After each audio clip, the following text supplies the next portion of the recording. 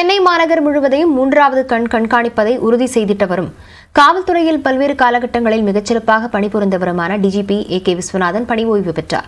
அடுத்த பிறவியிலும் காவலராக பிறக்க விரும்புவதாகவும் உருக்கமாக குறிப்பிட்டார். சட்டம் பயின்றவரான AK விஸ்வநாதன் பொள்ளாச்சி அருகே உள்ள ஐயம்பாளையத்தில் பிறந்தவர். 1990ஆம் ஆண்டில் IPS ஆக பணியில் சேர்ந்த இவர் குடும்பத்தில் 3ஆம் தலைமுறையாக காவல் பணியில் சேர்ந்தார். தருமபுரி மாவட்டத்தில் உதவி கண்காணிப்பாளராக பணியை தொடங்கிய விஸ்வநாதன் பின்னர் மதுரை மாவட்ட ஊரக SP, தமிழக சிறப்பு பிரிவு SP, உளவுத்துறை DIG உள்ளிட்ட பல்வேறு பணிகளில் திறம்பட பணியாற்றியவர். CBI அதிகாரியாக பல்வேறு பதவிகளை வகித்தவர். தமிழகத்தில் லஞ்ச ஒழிப்புத்துறை IG-யாக பணியாற்றிய விஸ்வநாதன் சென்னை மாநகர சட்ட ஒழுங்கு கூடுதல் ஆணையர், ஊர்காவல் படை கூடுதல் கமாண்டன்ட் உள்ளிட்ட பொறுப்புகளிலும் கோவை மாநகர காவல் ஆணையராகவும் பணியாற்றினார். அப்போது பல்வேறு கொலை மற்றும் கொள்ளை வழக்குகளில் குற்றவாளிகளை கண்டறிந்து காணாமல் போன பொருட்களை பறிமுதல் செய்து உரியவர்களிடம் ஒப்படைத்தார். 2017ஆம் ஆண்டு முதல் 2020ஆம் ஆண்டு வரை தலைநகர் சென்னையில் பணியாற்றிய 3 ஆண்டு காலத்தில் அவர் செய்த முக்கிய பணிகள் ஏராளம். கொரோனா காலத்தில் மாநகரை சிறப்பாக நிர்வகித்ததுடன் சென்னை மாநகரத்தில் குற்ற சம்பவங்கள் குறைக்க 3வது கண் திட்டத்தை சிறப்பாக அமல்படுத்தினார். அரசு நிதி உதவி மட்டுமன்றி தொழில் நிறுவனங்கள் பொதுமக்கள் உதவியுடன் 2,70,000 CCTV கேமராக்களை மாநகரம் முழுவதும் பொருத்தி குற்றங்களை தடுப்பதற்கு பெரும் பங்காற்றியவர். 34 ஆண்டுகால பணிக்கு பின் இறுதியாக தமிழ்நாடு காவலர் வீட்டு வசதி கழக மேலாண் இயக்குநராக பணியாற்றி வந்த நிலையில் ஓய்வு பெற்றிருக்கிறார்.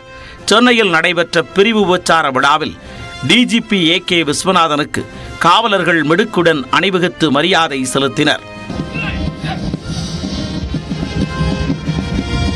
நிகழ்ச்சியில் பேசிய தமிழக DGP சங்கர் ஜிவால் AK விஸ்வநாதன் மனிதநேயமிக்கவர் என்றும் காவல்துறையினர் மீது மிகுந்த அக்கறை கொண்டவர் என புகழாரம் சூட்டினார். His attitudes toward the welfare and a sense of empathy toward the men and women of Tamil Nadu Police. Today morning also a tribute has been paid to him by a daily where they have mentioned that how he has helped a person in need, a particular police person and family in the need. Chennai காவல் ஆணையர் அருண் பேசும்போது AK விஸ்வநாதனின் நிர்வாக திறனை வியந்து பேசினார். This project Third Eye was a great success and benefit of those CCTVs are immense in the crime prevention detection in the Greater Chennai Police. Sir, your achievements will be remembered forever.